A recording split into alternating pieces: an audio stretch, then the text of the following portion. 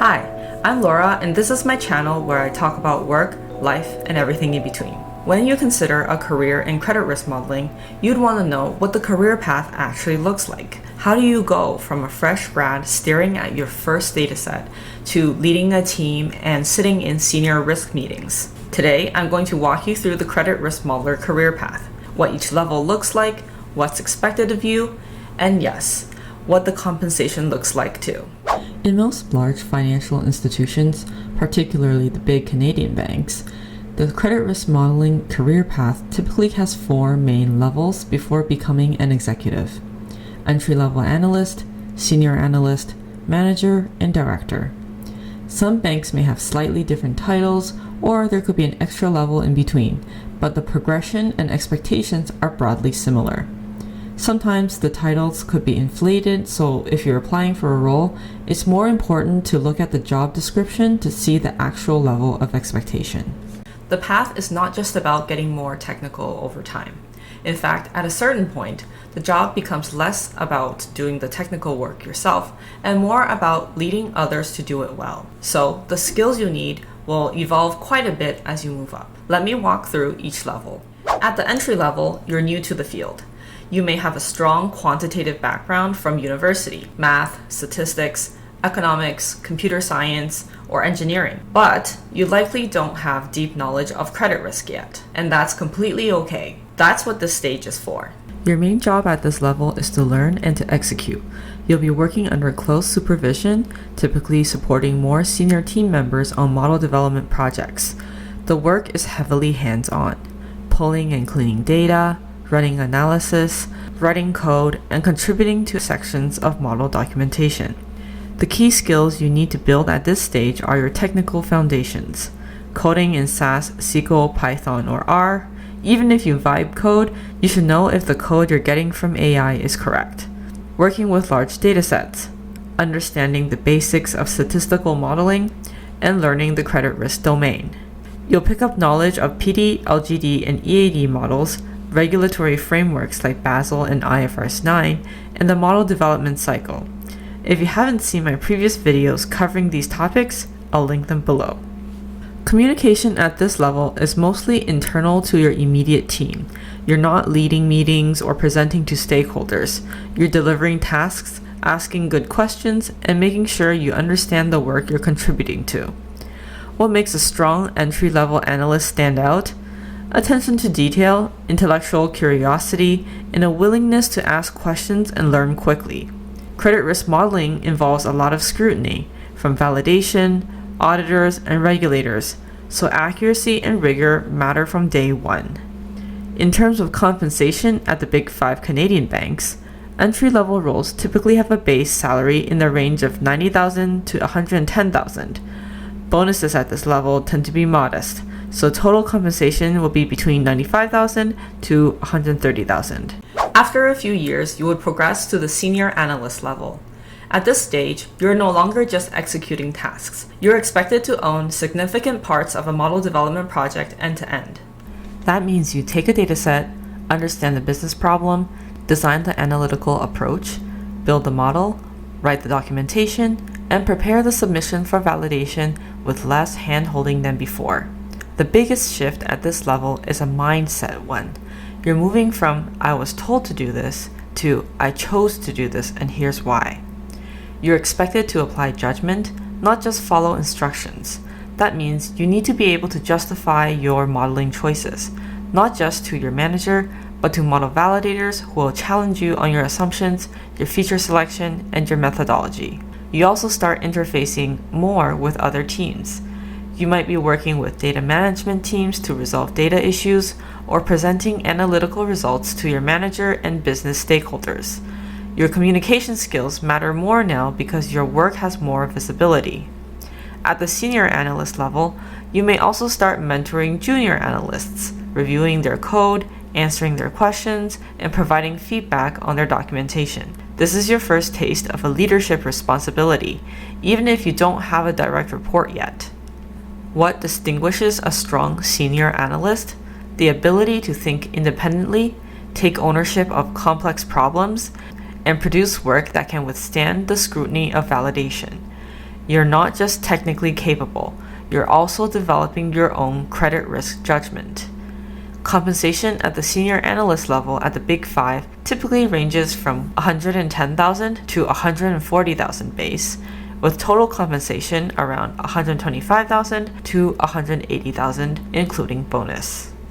The manager level is where the transition from individual contributor to people leader begins. This is a significant shift, and honestly, it's the one that catches a lot of people off guard, because the skills that made you a great senior analyst are not the same skills that make you a great manager. At this level, you are responsible not just for your own work, but for the output of a small team. You oversee the model development projects your team is working on, review their analysis and documentation, guide their modeling decisions, and ensure the quality of what gets submitted to validation. You're accountable for the team's deliverables. That means you need to develop a different kind of skill set. You need to be able to give clear direction, provide constructive feedback, and support the development of the people on your team. If someone on your team is struggling, it's your job to figure out why and help them get unstuck, whether that's a technical gap, a communication issue, or a misunderstanding of the business problem. On the technical side, you're still expected to have deep knowledge of credit risk methodology. You need to be able to review someone else's modeling choices and tell them whether the approach makes sense, whether the assumptions are reasonable, and whether the documentation is going to hold up in validation. So you can't step away from the technical side entirely. But increasingly, your role is also about stakeholder management. You're working more closely with business owners, with the validation team, with data owners, and sometimes with regulators and auditors. You need to be able to represent your team's work credibly to these audiences, explain the models in plain language, and manage expectations when things are not going smoothly. Project management also becomes a bigger part of the job. You're tracking timelines, managing competing priorities, flagging risks, and making sure your team is set up to deliver on time. Model development projects can span months, and keeping things on track while your team is dealing with data issues, validation feedback, and shifting business priorities is genuinely challenging. What makes a strong manager? Being someone who elevates the people around them, not just someone who was a great individual contributor. The ability to communicate clearly at multiple levels, technical enough to guide your analysts, business savvy enough to work with stakeholders, is a huge differentiator. Compensation at the manager level at the Big Five typically ranges from $140,000 to $165,000 base, with total compensation, including bonus, landing around $200,000 to $275,000. Now, before I move on to the director level, I want to flag something important. Not everyone wants to manage people, and that's a completely valid choice. Some banks offer a parallel technical expert track for people who want to grow in seniority and compensation without taking on people management responsibilities. These roles typically involve deeper specialization, for example, owning methodology for a specific risk type, leading complex modeling initiatives, or serving as a subject matter expert for validation and regulatory engagements. If you love the technical work and don't want to manage people, then this track is worth exploring with your manager. At the director level, you're leading a department or a significant function within the credit risk modeling organization. Your scope is broad. You may be overseeing multiple model development teams, owning the methodology framework for an entire portfolio or risk type, and sitting in senior leadership forums. Your day-to-day looks very different from the earlier levels. You may be much less involved in the technical details of individual models and much more focused on strategy, governance, and organizational effectiveness. You're setting the direction for how your team approaches model development, what methodology standards are maintained, and how the department keeps pace with regulatory expectations and industry best practices. A big part of the director role is managing upward and outward. You're presenting to senior leadership and the board on model risk, engaging directly with regulators during examinations, and building relationships with key stakeholders across the bank, risk, finance, technology, and business lines. Your credibility in those rooms comes from years of deep expertise, but also from your ability to communicate complex technical topics clearly and confidently to non-technical audiences. You're also responsible for the strategic development of your team, hiring and retaining talent, identifying high performers, and building a pipeline of future managers. The people decisions you make at the director level have a long-lasting impact on the organization. Directors are also often involved in shaping broader policy, whether that's contributing to industry working groups, responding to regulatory consultations, or advising on how new requirements should be interpreted and implemented within the bank. What separates a great director?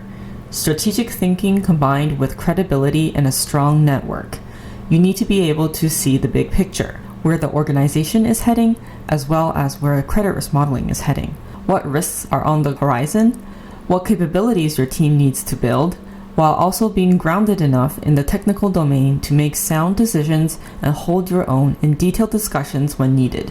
You'll need to know the strengths and weaknesses of the members of your team well so that you can select the right person for the job. Compensation at the director level varies more widely based on the bank, the scope of the role, and individual performance. At the Big 5 Canadian banks, total compensation at the director level is typically above $250,000 when including bonus and other incentives. The range can be quite wide at this level, so I'm only providing a lower bound. How long does it take to move through the levels? There's no fixed timeline for progression. It depends on your performance, the opportunities available at your organization, and honestly, sometimes timing and circumstance. That said, here's a rough guide for the big Canadian banks. Entry to senior analyst is typically 2 to 3 years. Really strong ones can get promoted after 1 year. Senior analyst to manager can take another 3 to 5 years, and this transition in particular takes time because organizations need to see that you're ready to lead people, not just do strong individual work. Manager to director can vary widely, from 3 years for someone on a fast track to much longer, depending on whether you're capable of handling the additional responsibility, as well as availability of roles and the organizational structure. What tends to accelerate progression? Taking on high visibility work, like leading a complex, high impact model development from start to validation approval, stepping up during a regulatory examination, or volunteering to own a challenging remediation project. These are the kinds of experiences that demonstrate readiness for the next level in a way that day-to-day execution alone doesn't. The path is not always linear either. Some people move between teams or banks to accelerate their progression. Some choose to stay at the senior analyst level for years because they love the technical work and aren't interested in people management or broader corporate responsibility. And as I mentioned earlier, that's a completely valid choice. Up isn't always better. The credit risk modeling career path combines technical depth, domain expertise, and meaningful business impact. If you found this video helpful, please give a thumbs up and subscribe. Have a question? Drop them in the comments below. I'd love to hear from you. Thanks for watching. Bye.